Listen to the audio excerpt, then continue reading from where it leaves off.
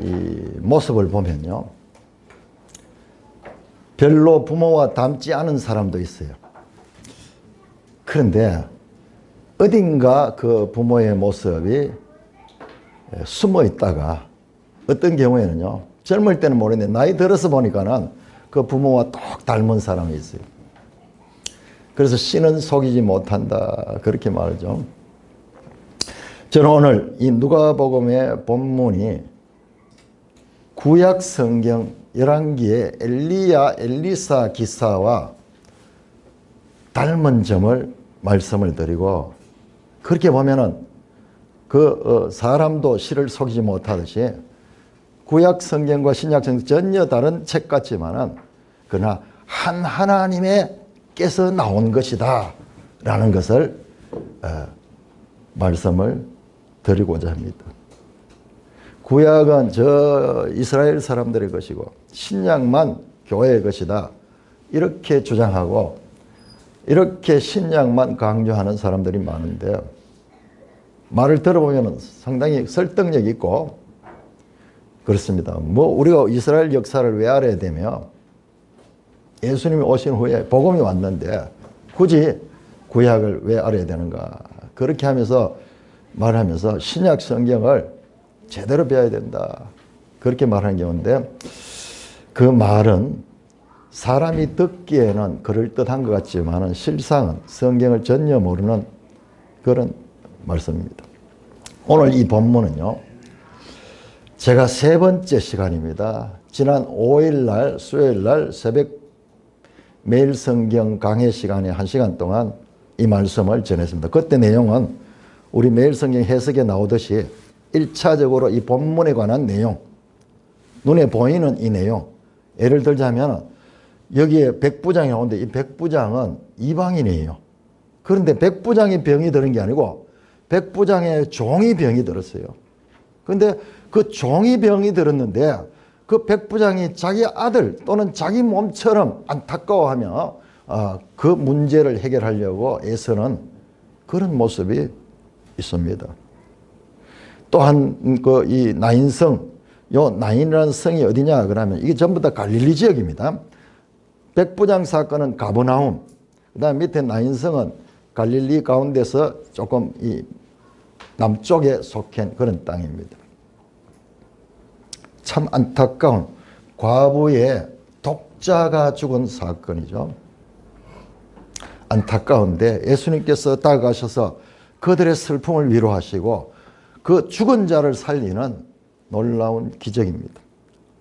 이게 새벽에 했던 설교고, 2차적으로 제가 이 말씀을 전하다가 이건 너무 부족하다, 이것만 가지고는, 그래서 수요일 저녁에는 이 말씀을 구약성경 엘리야 사건, 엘리사 사건 이거와 비교해서 영상을 한번 떼어주시기 바랍니다.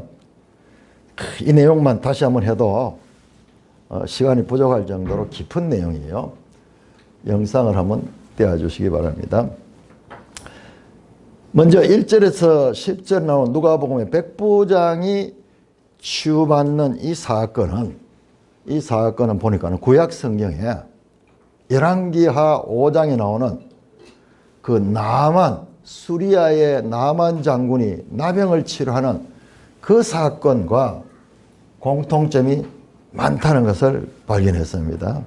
그 다음에 그 아래 나오는 나인성 과부 사건은 열왕기상 17장에 이건 엘리야 시대에 사렙다 과부에게서 일어난 그 사건과 아주 흡사해요.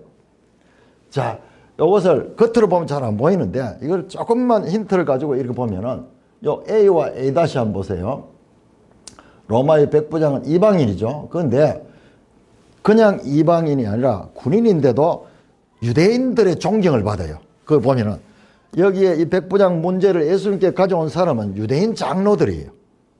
그런데 이 나만도 존경받는 수레의 장군이고 아주 유명한 사람인데 나병이 걸었어. 본인이 병겼어. 그런데 이 나만에게 이 엘리야 선지자를 만나면은 치유받을 수 있다는 것을 안내해 준 사람이 누구냐 그러면은 유대인 소녀예요. 유대인. 수리아에 포로로 잡혀온 이 나만 집의 여종이 여종. 근데 얘가 유대인이야. 그래서 두 사람 다 군인이고 이방인인데 그를 예수님께 소개한 사람은 유대인 장로고 그를 엘리사에게 소개한 사람도 유대인이에요. 유대인. 근데 이 백부장이 예수님을 만나지 못합니다. 예수님을 만나지 않고 그러면 두 번째도 예수님께 나온 사람은 백부장의 친구들이에요. 근데 이 나만도 엘리사를 직접 만나면 엘리사가 안에서 이렇게 해라 명령만 합니다. 결과적으로 직접 만나지도 않고 나만은 말씀에 순종해서 그 요단강에 7번 들어갔다 나오자 문둥병이 치유를 받죠. 지금 오늘 이 사건도 보시면요. 이 백부장이 그렇게 하죠. 주님을 제가 감당할 수 없습니다. 말씀만 하시면은 나설 줄 믿습니다. 그러니까 그 말씀대로 말씀으로만 취함을 받았어요. 그러니까 자세히 보면은 야, 이 두 사건이 연속성이 있는 것 같다. 이 억지로 해석한 건가? 자, 그럼 밑에 나오는 것도 한번 볼까요? 밑에도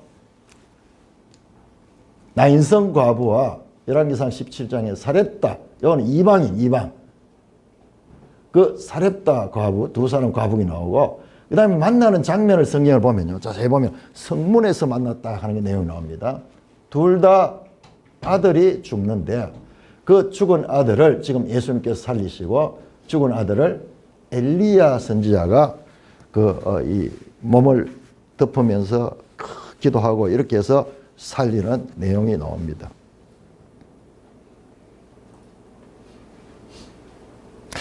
그냥 복음서에 나오는 사건인 줄 아는데 이 구약과 연속성이죠. 자, 이것이 지나친 해석인가 아닌가? 자, 여러분 4장 한번 찾아봤어요. 누가복음 4장.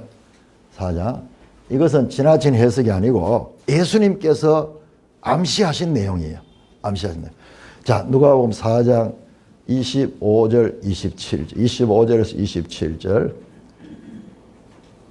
내가 참으로 너에게 이르노니 엘리야 시대에 하늘이 3년 6개월간 닫혀 온 땅에 큰 흉년이 들 때 이스라엘에 많은 과부가 있었지만은 그 중에 한 사람 시돈 땅에 있는 사렙다 한 과부만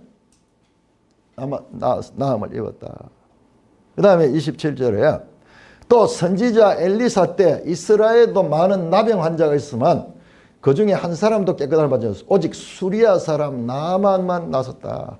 여러분, 예수님이 이 장소가 어디냐 하면 이 말씀한 것이 나사렛이에요. 예수님 고향이에요. 그러니까는 이 이야기를 듣고요. 28절 보면요. 그 소리를 듣는 사람이 예수님을 죽이려고 합니다. 왜? 자기들이 유대인이고 그 다음에 그 유대인 중에 유대인들이고 이런데 저 이방인들이 구원받는 이야기만 하니까는 막 분노했는 거예요. 눈치가 빨랐는 거예요. 예수님을 절벽에 떨어뜨리려고 그래요. 오늘 본문에도 보면 예수님께서요 7장 9절에 그들 놀랍게 무리들이 전부 유대인들이죠. 유대인들에게 이 이방인 백부장의 말을 듣고 이스라엘 중에 이만한 믿음을 만나지 못했다. 이스라엘의 믿음과 이방인의 믿음을 지금 비교해 주시면 있는 거예요. 그러니까 이 내용이 서로 암시적으로 이 4장과 연결된 말씀입니다. 자, 이 부분만 가지고도 좀 깊이 다루면은 정말 놀라운데요. 오늘은 세 번째 제가 이 설교를 하고 난 다음에 돌아서니까는요. 그러면은 엘리사는 도대체 뭔가? 야, 그 기사 속에도 아주 깊은 내용이 있겠구나 이런 생각이 확 들더라고요. 그러다가 우리가 얼마 전에 열왕기를 공부했잖아요. 그 열왕기를 공부하면서 느꼈던 게 여러분 열왕기 상이 22장까지 있고 열왕기 하가 25장까지 있습니다. 그런데 그 중간에 열왕기상 17장부터 열왕기하 13장까지 무려 18장에 걸쳐서 엘리야 이야기와 엘리사 이야기가 들어있어요. 제목이 열왕기라는 것은 여러 왕들의 스토리, 여러 왕들의 이야기를 기록한 게 열왕기인데 아니에요. 중간에 무려 거의 반에 가까울 정도로 많은 분량이 두 선지자 이야기와 그리고 더 자세히 보면요, 그 안에 이 두 선지자 이외에 미가 선지자, 그 다음에 익명의 여러 선지자들이 등장해요. 선지자 이야기가 그렇게 길게 들어있는 거예요.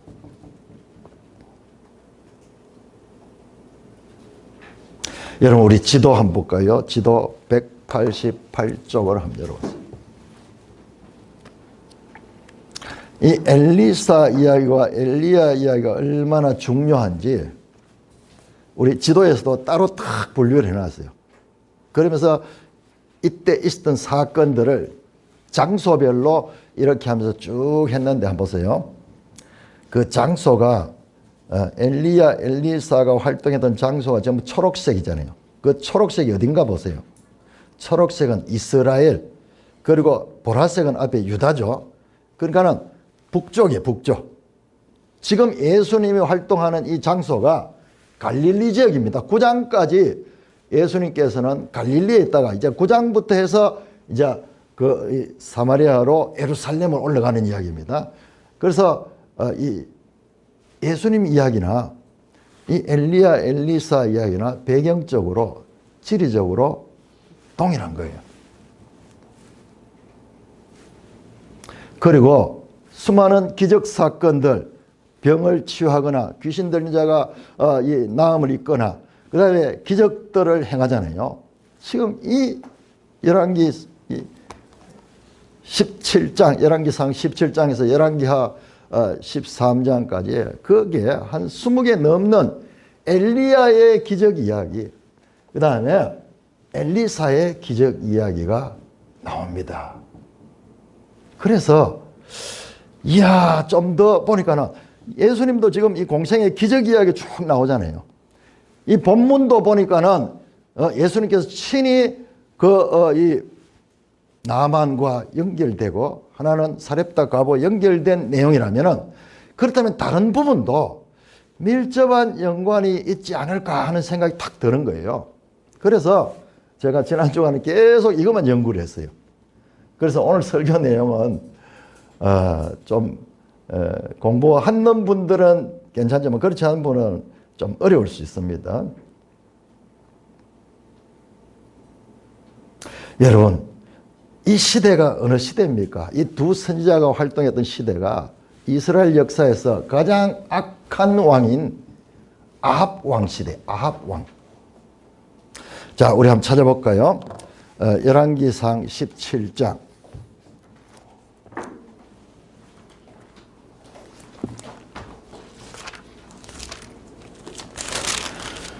16장부터 봐야 돼요. 16장 29절부터. 자, 여러분 17장을 열어보세요. 17장에 딱 1절에 등장하는 게 엘리야가 등장하는 엘리야. 이 엘리야가 쭉 연결되는데, 엘리야 이야기가 나오기 바로 전에 뭐가 나오냐 그러면은 이제 아합 왕, 이스라엘의 아합 왕이 누군가, 아합 왕 차례가 되었어요. 여러분 그 앞에 보세요. 16장 21절부터는 이스라엘 왕 오므리에 관한 이야기고, 그 앞에 15절부터는 이스라엘 왕 시므리에 관한 이야기거든요. 이 한 장 속에 여러 왕들의 이야기가 되고, 그 다음에 그 순서에 따라서 그 29절부터 아합 왕에 대한 소개가 나오는데,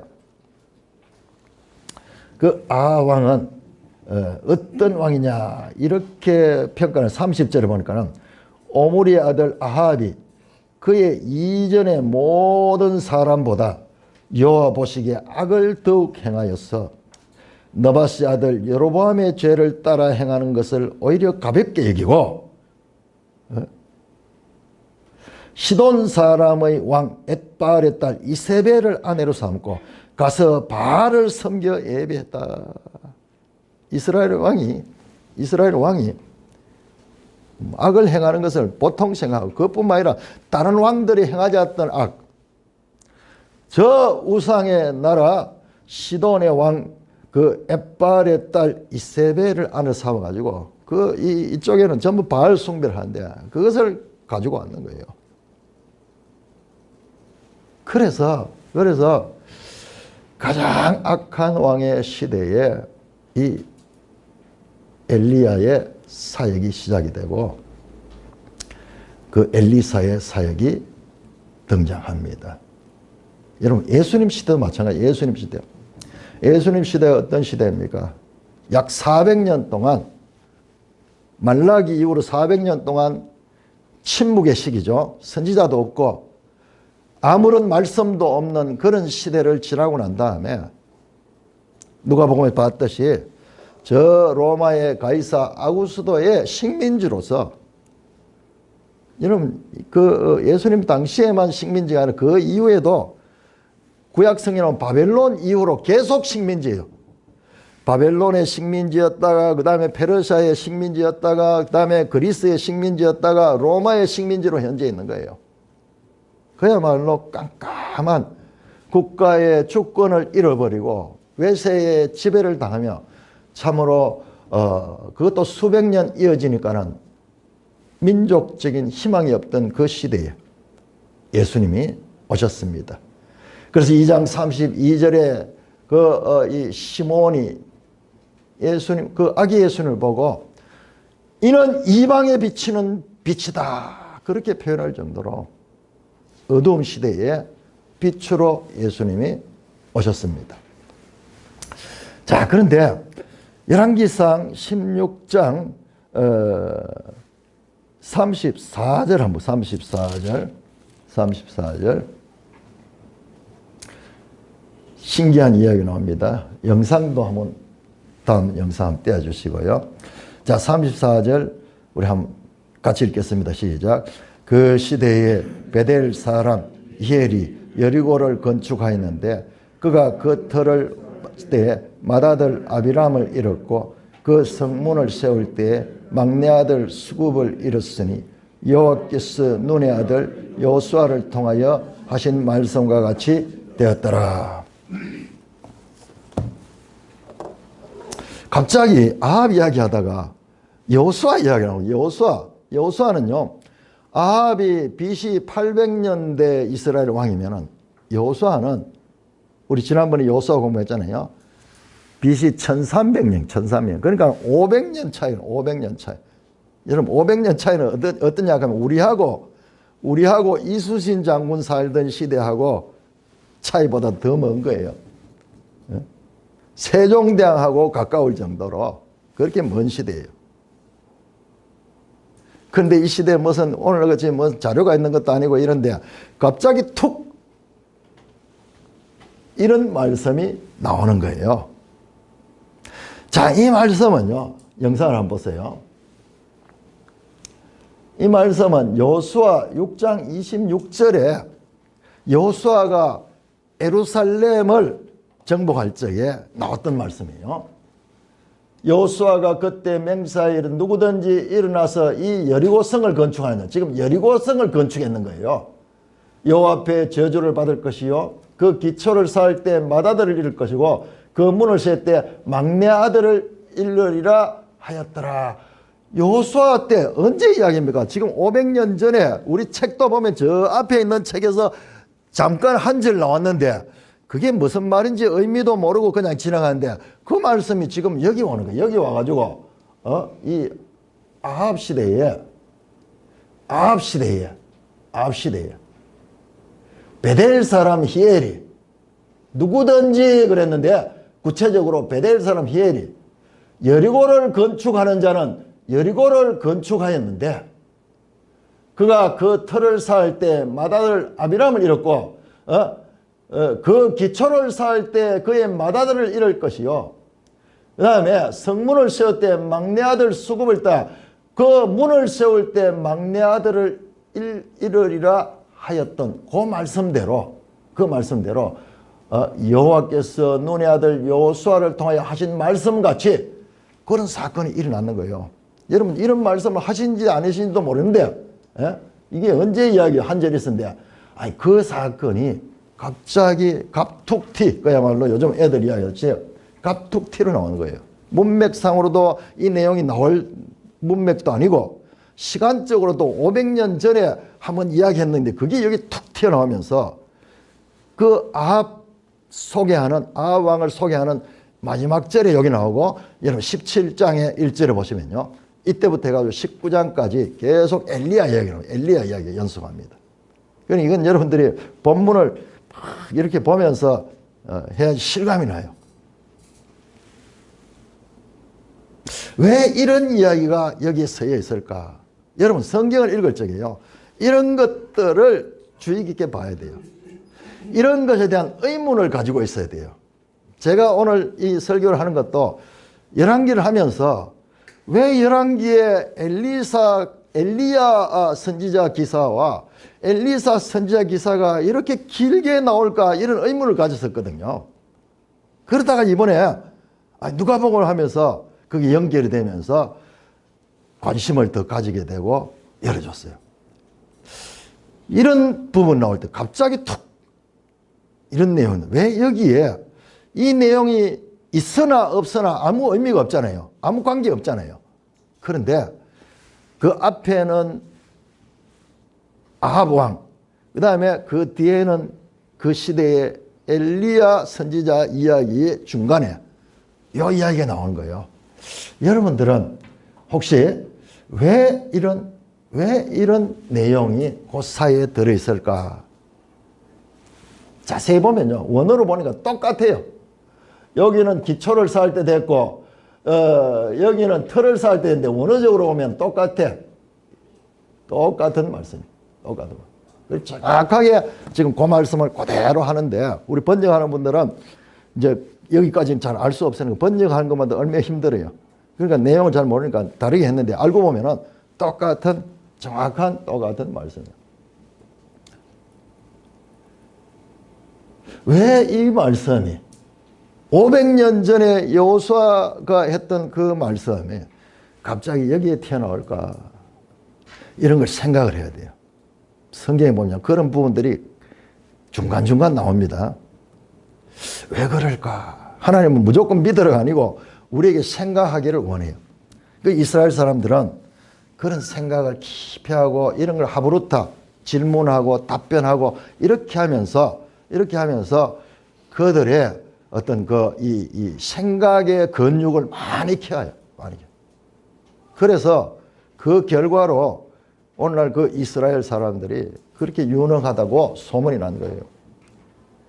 제가 생각했을 때는 이 내용은 500년 전 여호수아 때 말했던 내용이지만은 500년이 지난 이후에도 반드시 그 말씀은 성취된다는 것을 암시하는 거예요. 하나님의 말씀은 반드시 성취된다. 그러므로 지금 이 아합 왕도 하나님의 말씀을 잘 순종하면은 하나님의 인정을 받겠지만 그러나 하나님의 말씀을 불순종하고 이랬을 경우에는 큰 저주를 받게 될 것이다. 지금 보세요. 이 사람들이 저주받아가지고 두 아들이 히엘의 두 아들이 그 말씀대로 죽잖아요.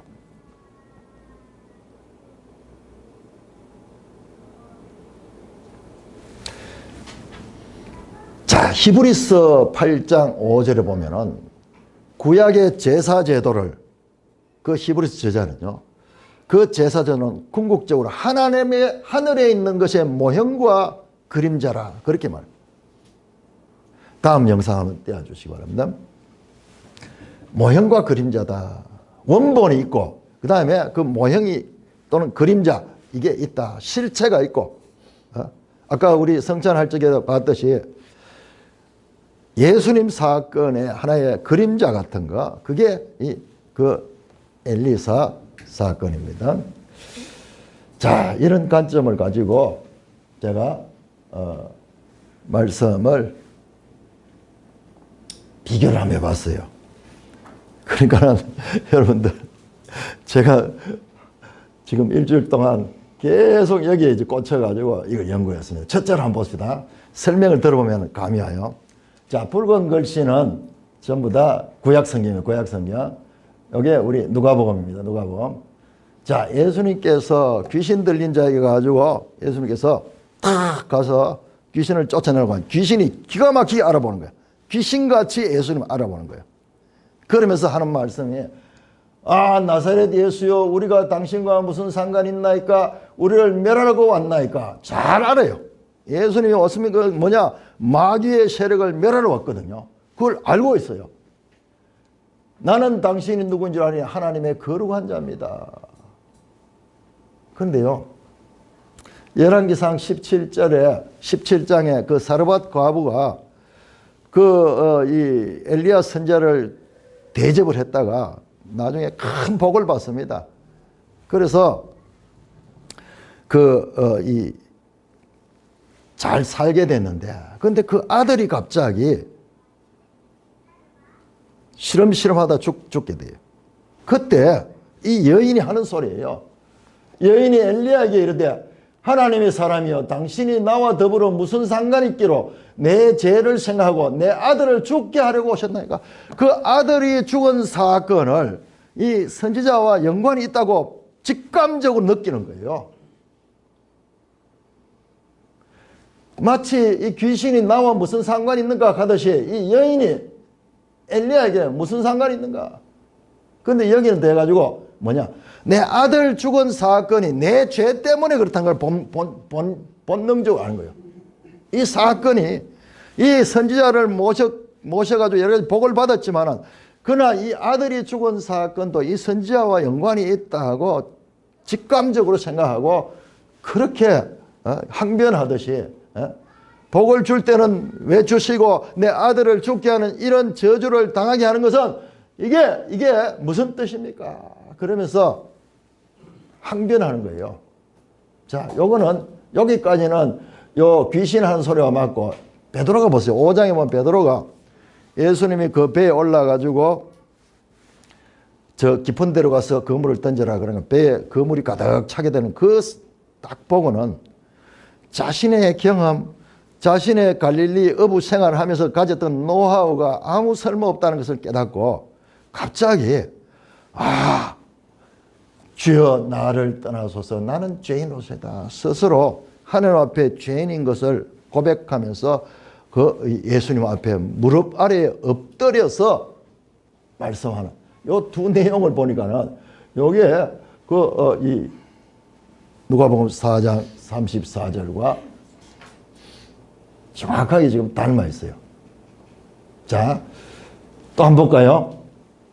자, 베드로에게 예수님께서 그 베드로의 배를 타시고 베드로가 밤새 고기를 잡았는데 실패했거든요.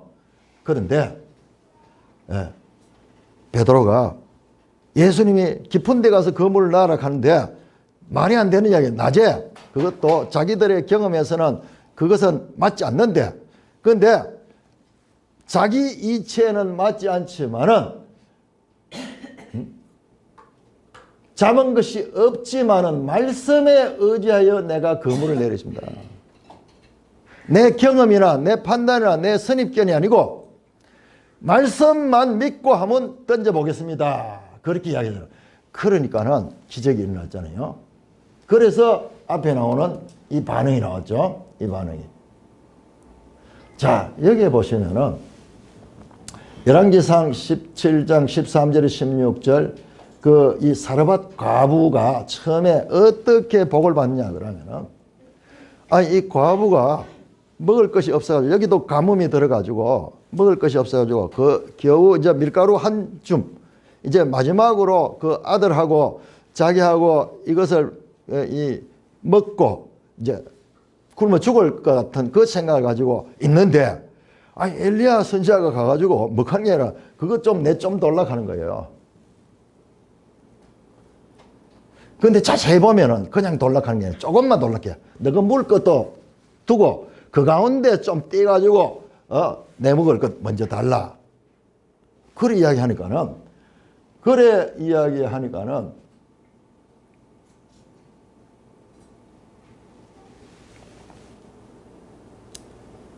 그렇게 했어요. 그 여인이 그렇게 했어요. 그래서 이스라엘 하나님 여호와의 말씀이 나 여호와가 비를 지면에 낸 날까지 그 통에 가루가 떨어지지 않고 그 병에 기름이 없어지지 않아. 마치 베드로가 그 만선을 이뤘던 것처럼 그들이 이제 완전히 결핍이 되어서 모든 것이 없는 그 가운데서 계속 충족해 준다는 그 말씀하는 거예요. 그래서 그가 가서 어떻게 하냐, 엘리야의 말대로 했어요. 그 결과 그와 엘리야와 그의 식구가 여러 날 먹었으나 여호와께서 엘리야를 통한 말씀같이 통의 가루가 떨어지지 않고 없어지지 않았다. 조금 환경은 다르고 그 하나는 바다에서 있는 일이고 하나는 그 뭐 육지에서 있는 일이고 이런 차이가 있지만은 말씀에 순종한 결과 이런 기적을 경험했다는 내용입니다. 다음 영상 한번 이렇게 보기 시작하니까는요 막 보이는데 깜짝 놀라게 보이는 거예요. 자, 예수님을 따르는 그 제자들입니다. 제자들 먼저 이제 그 베드로와 이 야고보의 두 아들 같이 그들이 배들을 육지에 대고 모든 것을 버려두고 예수를 따르니라. 그렇게 되죠. 그리고 열왕기상 19장에 가면요. 엘리야 선지자가 엘리사 선지자를 부르는 내용이 나와요. 마치 예수님이 12 제자를 부른 것처럼 엘리야 선지자가 엘리사 선지자를 부르는 내용입니다. 우리 한번 읽어볼까요? 시작. 엘리야가 거기서 떠나 사밧의 아들 엘리사를 만나니 그가 12결의 소를 앞세우고 밭을 가는데 자기는 12결의 소와 함께 있더라. 엘리야가 그리로 건너가서 겉옷을 그 위에 던졌더니 그가 소를 버리고 엘리야에게 달려가서 청하건대 나를 내 부모와 입맞추게 하소서. 그러한 후에 내가 당신을 따르겠습니다. 그러니까는 자, 엘리사가 떠나가서 어떻게 하냐, 소의 기구를 불살라 그 고기를 삶아 백성에게 죽여 먹게 하고 일어나 엘리야를 따르며 수종했다. 엘리야 제자가 되어 따라가는 거예요. 근데 여기에 보세요. 일어나 엘리야를 따랐다. 어떻게? 자기가 쓰던 농기구 있잖아요. 소를 가지고 농사를 짓는데 이 부자라, 큰 부자라 12결의 소 같으면은 요즘 같으면 아주 뭐 큰 트랙터야. 12마리 소가 끄는 것이니까는 엄청난 거죠. 밭도 엄청 크겠죠.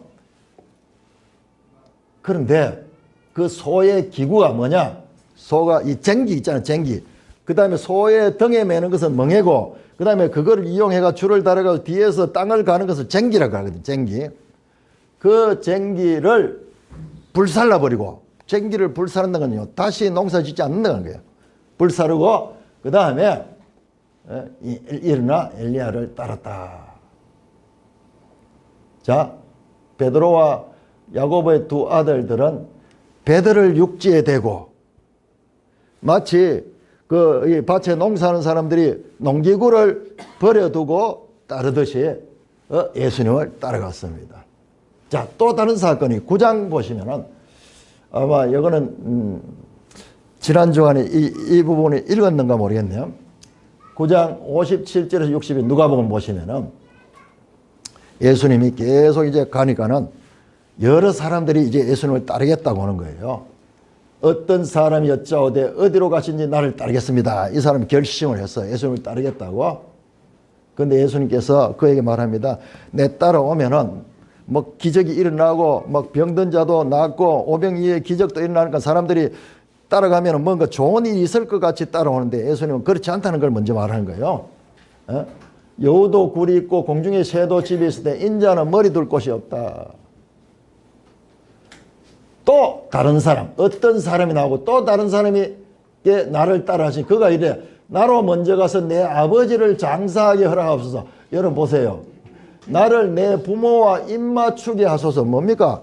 이별을 하도록 그렇게 허락해달라고 이야기하죠. 여기도 비슷합니다.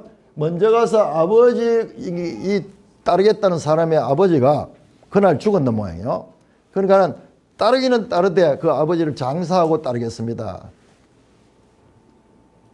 그때 예수님께서 아주 놀라운 말씀을 죽은 자들은 죽은 자들을 장사하고 너는 가서 하나님 나라를 전파하라. 유명한 말씀이죠. 죽은 자가 죽은 자를 어떻게 장사합니까? 이건 뭐냐?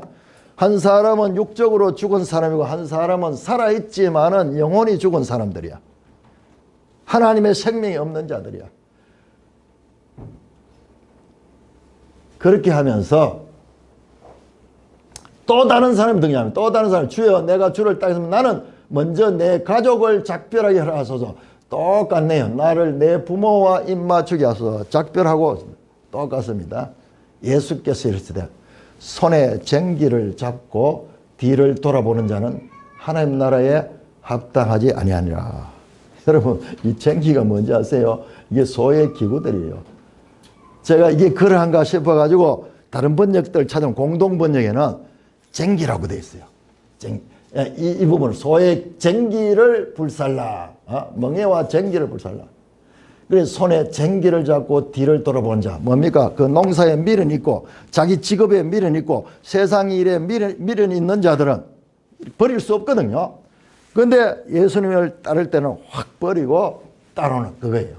그러면 하나님 나라에 합당하지 아니하다. 이 엘리야 엘리사 기사의 제자들을 부르는 내용도 예수님이 그 12제자와 다른 제자들을 부른 내용과 이게 닮아 있는 거예요. 닮아 있는 거예요.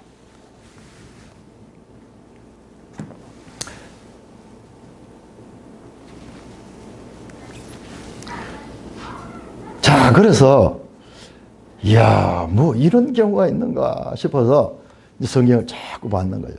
자, 누가복음 6장 22절 23절 우리 한번 볼까요? 우리가 교독했던 그 내용. 평지 설교에서 우리가 가지고 있던 기존 관념을 뒤엎어버리는 그와 같은 이 교훈을 하시죠. 가난한 자가 복이 있고 하나님 나라가 것이고 지금 줄인 자가 복이 있고 너희가 배부를 것이요 지금 우는 자는 복이 나 너희가 웃을 것이요 인자로 말미암아 사람들이 너희를 미워하고 멀리하고 욕하고 너희 이름을 악하다 하여 버릴 때 너희에게 복이 있도다. 그날에 기뻐하고 뛰놀라 하늘에서 너희 상이 큼이라. 그들의 조상들이 선지자들에게 이와 같이 하냐. 여러분 말씀드렸듯이 열왕기상 17장에서 열왕기하 13장까지는 엘리야 그리고 엘리사 이 선생과 제자 이야기가 주류를 이루지만요. 그 중간에 유명한 미가 선지자가 나와요. 미가 선지자 22장에 보면은 미가 선지자 여러분들 이야기하면 다 알 거예요.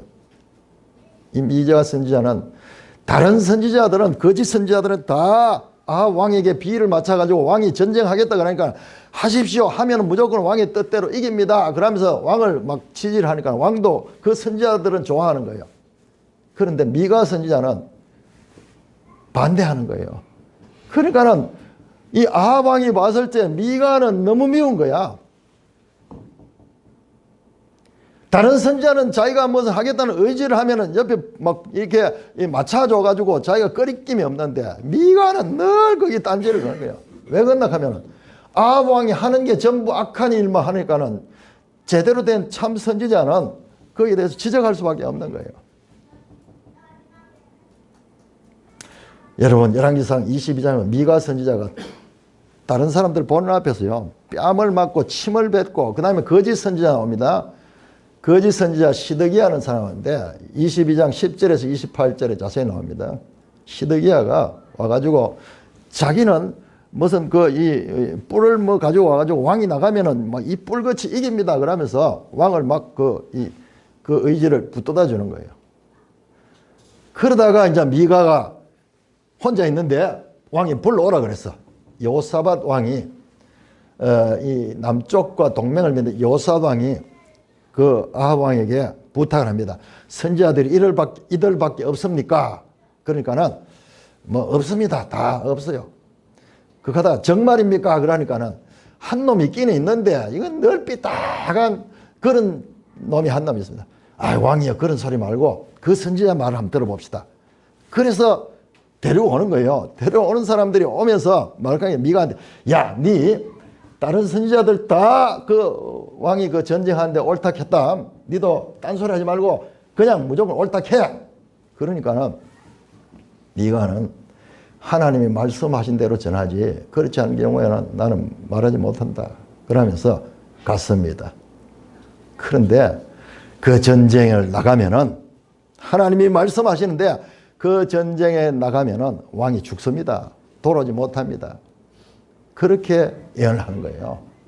그러니까는 다른 선지자들이 전부 나가면 이긴다고 했던 이 선지자들이 모여가지고 몰매를 주고 막 침을 받고 뺨을 치면서, 아니 하나님이 니한테는 그냥 내한테는 그렇게 이야기 안 하던데 니 하나님하고 내 하나님이 다르냐 그러면서 그렇게 박해를 하고 침뱉음을 받습니다.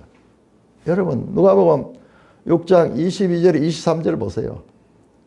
이 왕이나 세상 사람들에게 비난을 당하고 침뱉음을 당하고 미워함을 당했던 선지자들, 그 선지자들은 그 조상들이 선지자들께 이와 같이 했다. 그런데 그 반대로 거짓 선지자들에게는 6장 24절에서 26절, 화 있을지는 너희 부유한 자요, 너희 위로를 받다, 왕으로 인정을 받고 사람들에게도 인정을 받고 이랬지만은 26절 보면은 모든 사람이 너희를 칭찬하면 화가 있도다. 그들의 조상들이 거짓 선지자들에게 이와 같이 했다.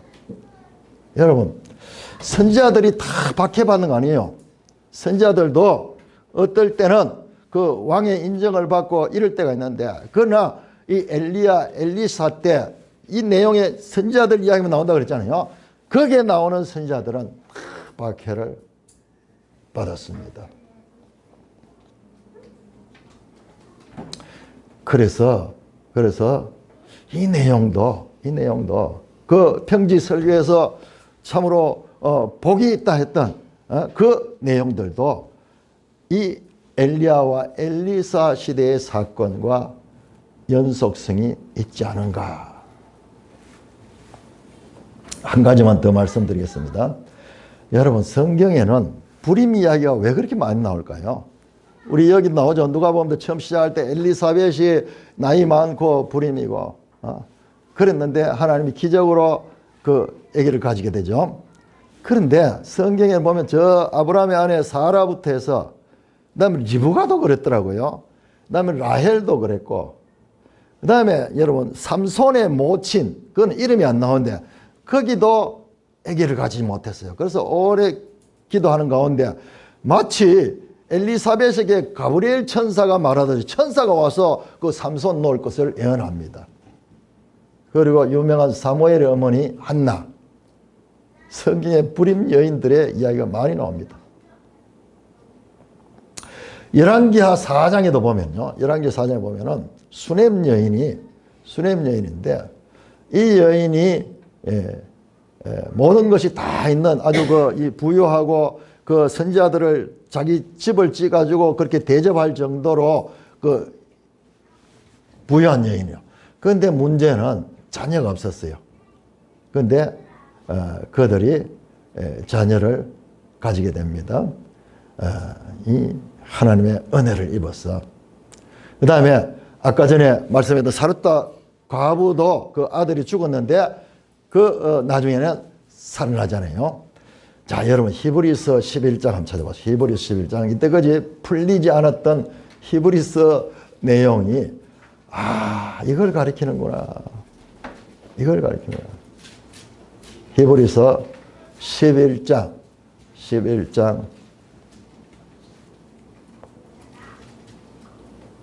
35절 11장 35절.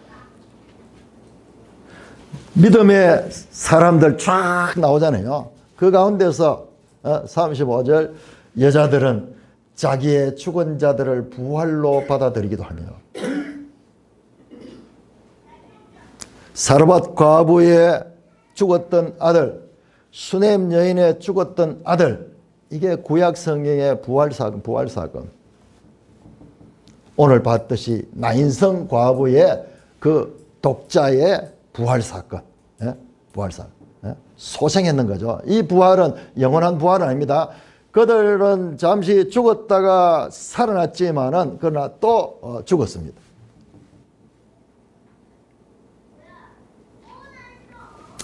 사랑하는 형제 자매 여러분, 저는 오늘 누가복음이 1차적으로 예수님의 생애와 사역들을 기록한 내용이지만은 등장인물이나 사건이나 그 말씀하고자 하는 메시지들이 특별히 열왕기 17장에서 열왕기 상 10장, 열왕기 하 13장까지 무려 18장이 되는 이 열왕기 중심부, 열왕기 딱 중심에 선지자 이야기가 가득 차 있어요. 그 내용과 평행된다는 점을 몇 가지를 찾아서 말씀드렸습니다. 제가 찾은 것은요, 훨씬 많습니다. 근데 좀 전문적이 되면은 우리가 집중하기 힘들어요. 자, 그래서 일부 제가 말씀을 드렸는데, 이걸 보고 깨달은 거. 안 그래도 평소에 그걸 느꼈거든요. 여러분들이 성경을 자꾸 읽는 거는요, 여러분이 무의식 중에도 그걸 느끼기 때문에 읽는 거예요. 이 성경은 읽으면 읽을수록 새로운 거예요. 우리도 모르게 성령의 감동으로 뭔가 있는 것 같아서 자꾸 평생 읽는 거예요. 여러분 소설책이나 뭐 사람이 쓴 책들을 한번 읽으면은 뭐 한 두세 번 읽으면 끝인데 이 성경은 그렇지 않아요. 그게 왜 그러냐? 이렇게 성경 속에는 우리의 사람들이 선거하는 상상할 수 없는 그와 같은 하나님의 영감이 들어있기 때문에 그렇습니다. 마치 구약의 원재료를 가지고 그 재료에서 뭔가를 추출해 가지고 신약의 복음의 어떤 상품을 생산하듯이 구약과 신약의 오묘한 연속성을 보았습니다. 여러분, 이런 설교는 설교 시간에 설교 안 합니다. 신학자들끼리 이야기, 성경 신학자들끼리 논문 쓰고 막 이럴 때 이야기하는 거예요. 그런데 성경 신학자들의 전유물이 아니에요. 성경은 우리가 늘 읽는 거예요. 자, 예수님께서 그것이 바르게 성경을 해석하는 것을 예수님 스스로 말씀하셨어요. 요한복음 5장 39절. 요한복음 5장 39절. 너희가 성경에서 영생을 얻는 줄 생각하고 성경을 연구하는 이 성경이 곧 내게 대하여 증언하는 것이다. 이 성경이 구약성경을 갈게요. 제가 예를 들어서 지금 열왕기 이 엘리야 엘리사 기사만 들어서 그렇지 다른 모든 것들도 구약성경 전체가 예수님을 향하여 기록하고 있는 거예요. 실체가 예수님이라면 그 예수님이 있는 곳에 그림자가 지듯이 구약성경은 그런 역할을 한다는 거예요. 그런데 몇몇 부분은 그런 것 같은데 오늘 이런 내용들은 전혀 아닌 것 같았는데 아니 이것도 그렇더라고요. 그렇다면 우리가 성경을 공부를 해보면은 참 이런 것들 우리가 모르는 것들이 아직 많이 있어요. 이 부분은 아직까지 발견 안 된 부분이 많이 있는 것 같아요. 근데 누가복음을 기록하면서 이 모든 걸 알고 썼을까요? 제 생각에는 그렇지 않습니다. 누가는 헬라인이잖아요. 그런데 누가복음 1장에 보면은 우리 중에 이루어진 사실에 대하여 처음부터 목격자와 말씀이 일꾼된 자들이 전해준 그대로 내력을 젖으라고 부설던 사람이 많은데 자기도 이것을 자세하게 연구를 해가지고 이걸 누가복음을 기록했는 거예요. 그러니까 헬라인답게 아주 이성적으로 목격자들의 증언을 듣고 자기는 예수를 만나지 못했기 때문에 그 1세기 예수를 만나던 사람 찾아다니면서 증인을 듣고 그때 이런 일이 있었다 저런 일이 있었다 이걸 조합해가지고 누가복음을 기록했는 거예요. 그래서 누가복음에는 다른 복음서에 없는 내용들이 많이 있어요. 그래서 누가는 자기 나름대로 그 역사적인 관점을 가지고 누가복음을 기록했어요. 그런데 그 누가를 하나님께서 성령으로 감동하셔서 기록하게 했으니까는 그것이 자기도 모르게 자기는 이런 줄을 모르고 썼는데 알고 보니까는 이렇게 구약과 밀접한 연속성을 가지고 있는 것입니다. 성경은 사람들에 의해 기록됐지만 성령의 감동으로 된 것이 때문입니다. 모든 성경은 하나님의 감동으로 된 것으로 교훈과 책망과 바르림과 의로 교육하기에 유의하다. 여러분, 모든 성경이 사람이 썼어요. 여러 사람이 썼는데, 그런데 그 사람들을 성령으로 감동하셔서 그와 같이 기록하셨다. 그러니까는 부모의 이 피를 받아 자녀가 태어났는데 어딘가 닮아 있듯이 이 성경이 구약 성경과 신약 성경이 같은 하나님께로부터 나온 것이니까는 그런 닮은 점을 가지고 있다는 것입니다. 오늘 제가 이 성경의 교훈보다도 성경이 어떻게 구성되어 있는가, 어떤 약을 먹고 치료받는 그 치료보다는 그 약 성분이 뭔가, 그거를 지금 말씀을 드린 것입니다. 왜? 여러분, 우리 기독교 신앙의 모든 출발과 이 마지막은요, 성경이야. 하나님 말씀에서 나오는 거예요. 그래서 목사가 말씀이 이런 거더라, 이걸 보고를 하는 거예요. 이거 저도 이 나이 들어가 이제 아는 거예요. 참 놀랍죠? 신구약 성경의 이 놀라운 연속성과 유기적 관계, 그런 게 있을 거라는 걸 알았지만 이렇게 자세하게 연결되는 것은 또 새롭게 깨닫게 되었습니다. 매일 성경을 통해서 우리가 온 교회가 같이 공부한 이 성경 읽기를 1차적으로 우리 매일 성경에 이 해설에 나오는 선생님이 정말 훌륭한 선생님이에요. 잘 읽고 계속 읽다 보면은 이제 우리 스스로도 성경을 깨달아가면서, 야, 이거는 어떤 내용하고 연결이 되는지, 이런 식으로 스스로 성경을 읽는데 자립하고 또 하나님의 말씀을 스스로 찾아서 깊이 깨닫는 모든 산돌교회 되시기를 주님의 이름으로 축원합니다. 오 하나님 아버지, 은혜를 감사합니다. 우리가 평생 읽고 읽었던 이 성경의 수많은 스토리, 수많은 나라들, 수많은 인물들, 사건들, 이를 통하여 하나님께서 말씀하시고 우리에게 깨우치는 가운데 또 이렇게 누가복음과 이 열왕기 선지자 기사들과의 이런 밀접한 연관관계를 보게 하시니 감사를 드립니다. 오 하나님 아버지, 성령으로 저희들 깨우쳐 주시고 인도하여 주셔서 성경의 기록자이신 성령의 도움을 받아 하나님의 말씀을 바르게 깊이 깨닫는 하늘의 큰 복을 누리는 산돌교회 되게 하여 주시옵소서. 우리 주 예수 그리스도의 이름으로 감사하며 기도드리옵나이다. 아멘. 찬송가를 좀 바꾸겠습니다.